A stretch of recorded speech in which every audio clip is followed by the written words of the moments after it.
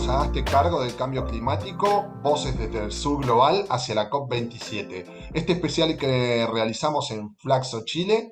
Soy Marcos Gibson y en el episodio de hoy contamos con la distinguida presencia de Julio Cordano, que es director de Medio Ambiente, Cambio Climático y Océanos del Ministerio de Relaciones Exteriores de Chile. Muchas gracias por estar con nosotros, Julio. Es un gusto. Muchas gracias a ti, Marco. Nos complace tener muchísimo su presencia porque sabemos que Chile va a representar en las negociaciones, gracias a que la presidencia le ha otorgado el tema central de la COP, que es los undamaged, daños y pérdidas, que es un tema central en todas estas negociaciones para los que pudimos presenciar estas negociaciones. Y estamos todos expectantes de qué es lo que va a pasar y este rol central nos pone, no solo nos enorgullece, porque eligieron un país de Latinoamérica tan central y tan como es Chile, y además este escenario que se nos viene presentando es lo que nos genera muchísimas incógnitas. Y para arrancar, estamos preguntándonos, ¿qué nos dejó la última COP? ¿El escenario post pandemia pudo haber generado algún tipo de controversias con miras a la COP27? ¿Cómo ve todo el panorama ahora? Bueno, muchas gracias por la invitación, gracias a Flaxo por la oportunidad de poder conversar de estos temas tan importantes ahora casi en vísperas de la COP27. Y es una pregunta muy oportuna, porque efectivamente la COP26 de Glasgow fue la primera COP que ocurría después de la pandemia. Nosotros tuvimos la suerte o la oportunidad de contribuir a eso, ya que nosotros éramos presidencia todavía de la COP25 y se la entregamos al Reino Unido en Glasgow, y, y después de una pausa de 2 años. Y la COP26 justamente trató de ponerse al día en todas las discusiones que habíamos dejado pendientes. La COP26 fue una COP muy exitosa, en mi opinión. Logró una gran cantidad de acuerdos en temas de mercados de carbono, pero también en temas de transparencia de la información. Quedó un poco al debe por un tema simplemente de las dinámicas propias de las negociaciones, en temas de pérdidas y daños, en temas de finanzas, donde lamentablemente pudimos ver que los países desarrollados no lograron cumplir con su compromiso de movilizar 100.000 millones de dólares al año a partir del 2020. Y una serie de otras cosas. La COP es un proceso muy complejo, hay muchos temas que se discuten, pero en general la COP26 nos dejó un buen resultado, un resultado donde incluso se incorporaron temas adicionales como la concentración, la mirada hacia gases que sean distintos al CO2. Específicamente se lanzó un trabajo muy interesante sobre metano, donde Chile ha participado muy activamente. Pero también se refiere por primera vez a temas como abandonar el uso del carbón en un lenguaje acordado en la decisión de Glasgow, y también en temas, por ejemplo, referidos a subsidios a combustibles fósiles. Y una cosa que también dejó la COP26, que vamos a ver ahora en la COP27 en Egipto, es que por primera vez estamos hablando de organizar un programa de trabajo para hacerle frente a la urgencia de reducir emisiones mucho más rápidamente para mantener vivo el objetivo del Acuerdo de París. Así que con esa idea, con esa ímpetu y con esa tarea pendiente, nos vamos a Egipto. Excelente, sí, son muchos los desafíos y claramente la COP26 no fue una COP típica, pero se avanzó mucho. Pero lo que más notamos es la afluencia desde activistas hasta gobiernos locales. ¿Cómo ve la acción climática desde la sociedad, principalmente desde los jóvenes como movilizadores hacia un futuro descarbonizado, adaptado y resiliente dentro de la futura COP? Bueno, los jóvenes y la sociedad civil en general vienen dejando su huella y una marca muy, muy profunda en la forma como se entiende una COP moderna. Yo creo que se han transformado en un elemento absolutamente fundamental de cualquier COP. Yo creo que la sociedad civil, y quiero decir todo el mundo no gubernamental, creo que para muchos se ha transformado en una especie de, como de validador, no sé si decirlo validador, o más bien de contacto con la realidad, finalmente, ¿no? Los gobiernos protagonizan una discusión que es muy política, que es normal. La COP significa la Conferencia de las Partes de la Convención Marco de Naciones Unidas sobre Cambio Climático, y las partes son los gobiernos. Y eso es claro y muy bien definido. Pero lo que ocurre alrededor de las negociaciones es una enorme cantidad de eventos, de participación, de conversaciones, de iniciativas, de propuestas que vienen de la sociedad civil y que paulatinamente se transforman en una fuente muy, muy indispensable de inspiración para que los países y los gobiernos en particular puedan recorrer nuevos caminos de ambición, encontrar nuevas oportunidades, recibir feedback sobre lo adecuado o en general las propuestas que están presentando. Entonces me parece que la sociedad civil juega un rol fundamental. Y en el caso particular de los jóvenes, creo que es también doblemente importante, porque no hay que olvidar que el tema del cambio climático es finalmente un debate sobre justicia intergeneracional. O sea, lo que estamos viendo hoy, las consecuencias del cambio climático, son consecuencias de la concentración de gases de efecto invernadero que han dejado generaciones anteriores a la nuestra, y las consecuencias de los gases que hoy estamos emitiendo probablemente se van a ver reforzadas en el futuro. Hay sistemas de impacto y de generación de calentamiento global que probablemente vamos a ver repetidos o acelerados o intensificados en las próximas décadas. Y esas son cosas que le estamos dejando a la futura generación.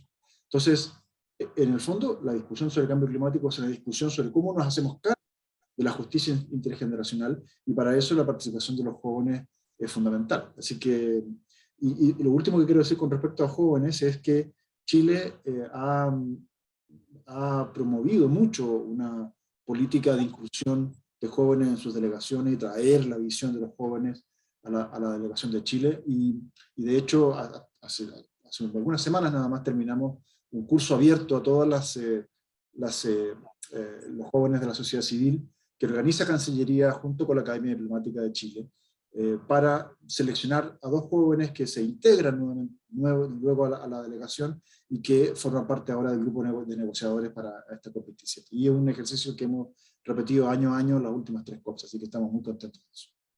Es excelente esa noticia, sí sabíamos que van a participar de las negociaciones y es como decía Julio, realmente uno ve las negociaciones de la COP y para quienes tuvieron el gusto de haber estado presenciándolas o siendo observadores, van a ver que también no son negociaciones aisladas, sino que los países vienen negociando diferentes cosas en diferentes conferencias y esta es una conferencia más que trae un montón de cargas, entonces también mucha gente considera de que la COP es como que pasa de las negociaciones en Bonn directamente a la COP en Egipto, y en el medio pasan muchas cosas, en el medio se junta el G7, el G20, Davos, y las negociaciones de la COP cada vez son más álgidas y se ven discusiones en los pasillos que antes no pasaba, entonces hay que verlas de una nueva forma, las COP, es precisamente como decía Julio. Ahora, eh, desde esta parte de las negociaciones que estamos hablando, ¿cómo se pueden fortalecer estos procesos de negociación climática? ¿Cómo es el camino hacia fortalecerlos? ¿Qué se necesita?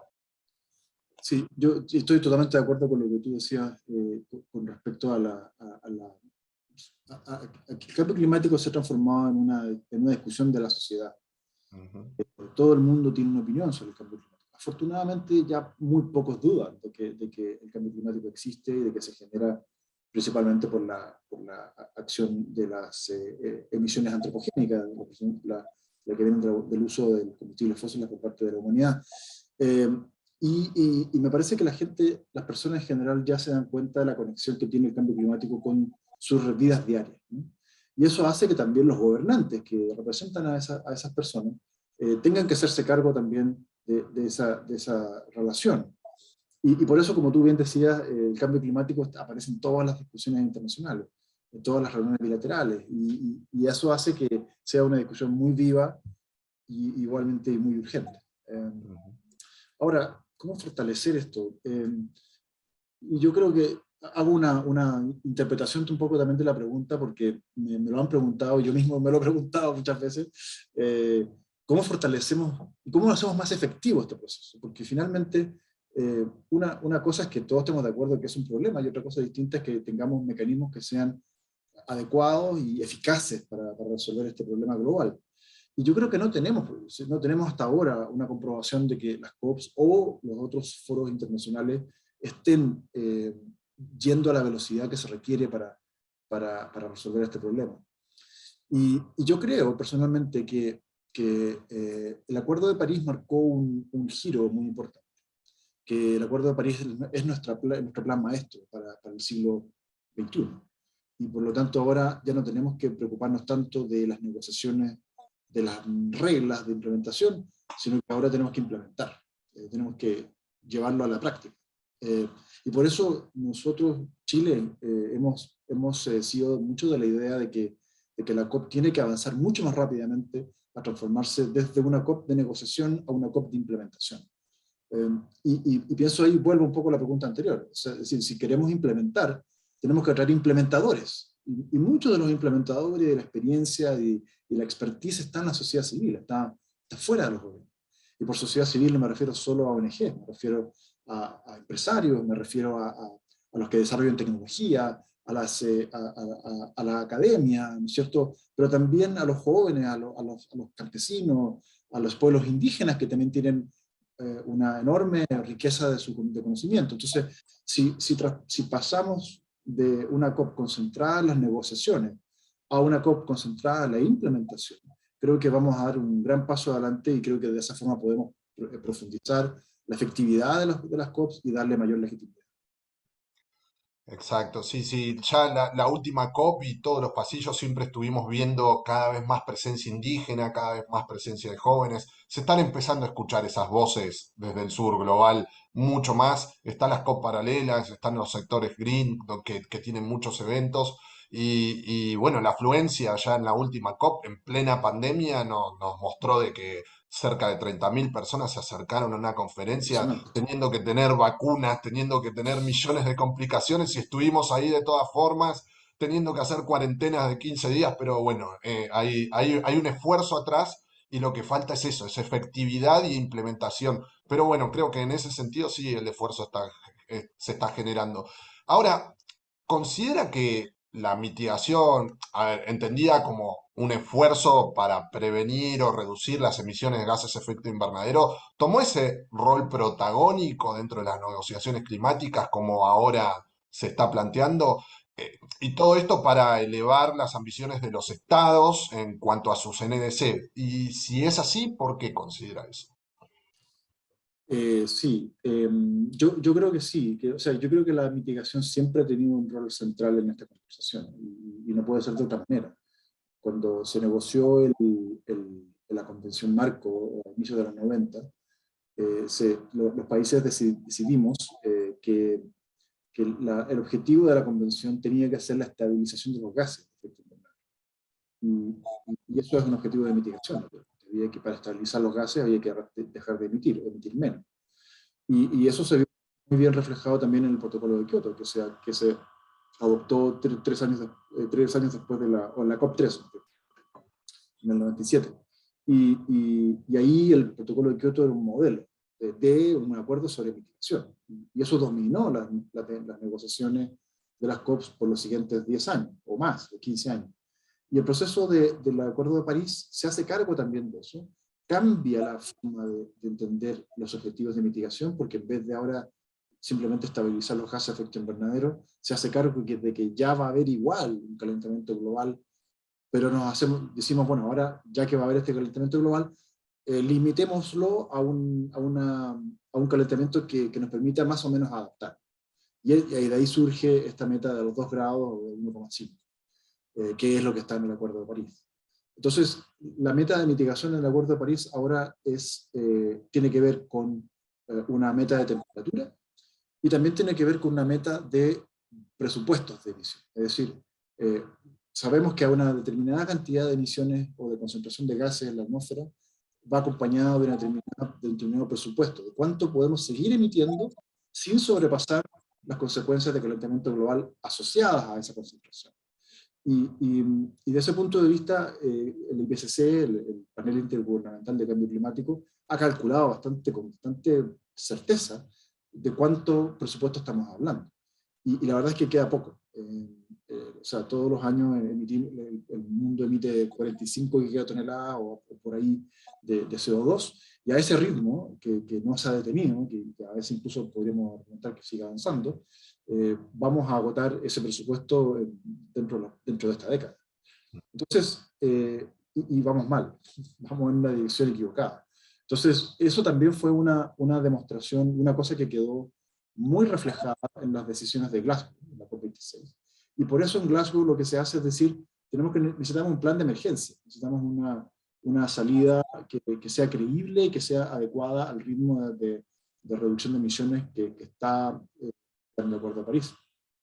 Y por eso se crea este mandato que se llama el programa el programa de trabajo sobre mitigación, o Mitigation World Program, que ahora mismo se está negociando y que la COP27 tiene que sacar una decisión. Y la decisión para Chile, y para muchos otros países también, debieras consistir en definir cuál es el plan de trabajo que vamos a tener en esta década para cerrar esa brecha de ambición y poder volver, digamos, a un carril de trayectoria de emisiones que sea consistente con el acuerdo de largo plazo del Acuerdo de París. Entonces, el tema de mitigación está muy, muy al centro de la discusión de cambio climático y sin duda ahí tenemos que poner mucho más de lo que ya estamos poniendo. En el caso particular de Chile, nosotros sí estamos trabajando como país en aumentar nuestra ambición. Nuestra NDC, nosotros consideramos que ya es bastante ambiciosa, tiene un presupuesto para toda la década e implica también una reducción de emisiones en términos absolutos al 2030, y además mirando hacia el futuro a la carbono neutralidad al 2050, que ya es una obligación legal en Chile, luego de la adopción del marco de cambio climático que se publicó hace algunas semanas. Pero necesitamos ver que los demás países, y especialmente los grandes emisores, sigan también esa misma ruta y aumenten su ambición, aumenten su esfuerzo para reducir emisiones. Así que esperamos que todo eso se vea reflejado en las discusiones y en las negociaciones de la COP, de tal forma de empujar en esa dirección. Esperemos que así sea, Julio. Y bueno, siguiendo con otra consulta que tendría para hacerle, estuvimos viendo que en la agenda internacional se consolidó, o nos consideramos que se consolidó en la agenda internacional esto de la protección de los océanos, que es un tema central también por cuánto representan los océanos en el cambio climático y siempre se estuvo hablando, pero este año tomó una relevancia aún mayor y el año pasado también. De hecho, las investigaciones más relevantes sobre los océanos han sido en los últimos 5 años, entonces tiene sentido con que se haya fortalecido esa agenda, junto con la del metano también. Pero ahora, ¿considera que se ha transformado en una política de Estado esto la protección de los océanos vinculado al cambio climático? A ver, ¿en qué consiste esto de la visión turquesa de la protección de los océanos? Sí, y gracias por la pregunta que creo que es muy relevante. Cuando Chile fue presidencia de la COP25, nosotros la llamamos a la COP25 la COP Azul, ¿no? En parte porque pensábamos, no porque fuera solamente sobre océanos, sino que porque pensábamos que una de las cosas originales que iban a salir de la COP25 iba a ser justamente la incorporación o traer a la COP la discusión sobre océanos y de cómo el océano es un elemento fundamental para justamente la implementación del Acuerdo de París. No hay que olvidar que el océano es un gran sumidero de carbono, y que en ese mismo rol es un rol que tiene muchas dimensiones. Por una parte está la absorción del CO2 en las aguas del océano, que genera acidificación, que digamos, es una función que tiene un costo asociado muy grande, porque genera acidificación, porque captura también el exceso de temperatura, y el océano aumenta también su temperatura y se producen olas de calor en el océano, lo cual por supuesto genera distorsiones en la composición de las aguas y también en la distribución de especies que siguen también distintas temperaturas del océano. Entonces, tenemos que hacernos cargo, digamos, de la conexión que hay entre el cambio climático y el océano. y pensamos que es muy importante generar una discusión que tiene que venir desde la ciencia, tiene que estar informada de la ciencia, desde la observación y de la evidencia, para generar políticas de protección del océano en cambio climático que se vean después reflejadas en las políticas nacionales de los países. Eh, y eso, por supuesto, es limitado a las zonas jurisdiccionales. No podemos hablar de alta mar porque no hay jurisdicción nacional en alta mar. Y sin embargo, el alta mar sería otro capítulo que podríamos tener otra conversación sobre la conexión entre alta mar y cambio climático. Así que feliz otro día podemos conversar del tema. Pero, dicho eso, hemos visto con mucha satisfacción que lo que sembramos en la COP25 ha ido creciendo, se ha ido desarrollando, y en la COP26, el año pasado, logramos consolidar esa discusión a través de la adopción de una decisión que establece que va a haber un diálogo anual, todos los años, de océano y cambio climático. Y el primero tuvo lugar ahora en Bonn en junio. A mí me tuve la suerte de presidirlas en la última sesión donde discutimos un poco cuáles los siguientes pasos que vamos a tomar, y que fue una cosa muy interesante y muy rica de discusión. Y claro, Chile sigue siendo un país que promueve con mucha fuerza esto. Creo que ya estamos bastante identificados como un país líder en este tema, y eso también muestra cómo en este periodo de tiempo que estoy discutiendo ha habido cambios políticos en Chile, pero eso no importa porque finalmente la prioridad sigue estando ahí. Todos los gobiernos que han pasado desde hace mucho tiempo, digamos, y con todos los cambios de gobierno que uno puede recordar, han sido consistentes en apoyar siempre la prioridad del océano en el cambio climático. Entonces, me parece que es una política de Estado, y ahora lo último que ha habido es un poco un nuevo énfasis que se le da a través de la política exterior turquesa, que lo que hace no es tanto concentrarse en el océano solamente, sino que más bien abrir un poco la mirada, es decir, sí, mantenemos una prioridad en el océano, pero también tenemos que ver que el medio ambiente y la preocupación por la protección del océano también existe en tierra, y que hay elementos comunes que vinculan a todos los ecosistemas terrestres, y que por lo tanto también tenemos que llevar una mirada de prioridad hacia otras convenciones, a otras discusiones, y hacer las conexiones necesarias de tal forma de unir estas agendas.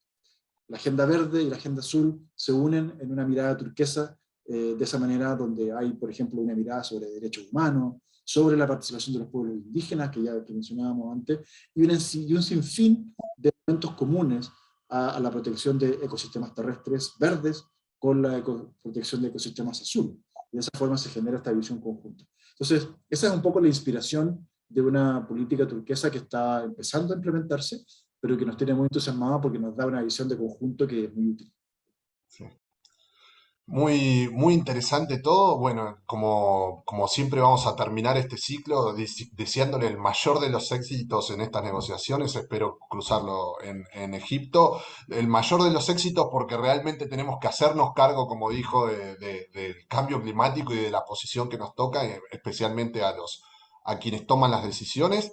Fue muy rica esta conversación. Espero que a quienes nos siguen también les parezca así. Y bueno, para todos les agradezco mucho, lo dejo cerrar con algunas palabras. Muchas gracias, Marco, y gracias por la oportunidad. Como puedes ver, a mí estos temas me encantan y podría hablar horas del tema, pero espero que haya sido útil, haya sido interesante, y por supuesto quedo a disposición. Muchas gracias. Súper interesante, espero que se escuchen estas voces desde el sur global en la COP27 de Egipto. Nos estaremos viendo la semana que viene, nos estaremos escuchando también en el podcast. Muchas gracias, Julio, y nos vemos la semana que viene. Saludos. Gracias a todos.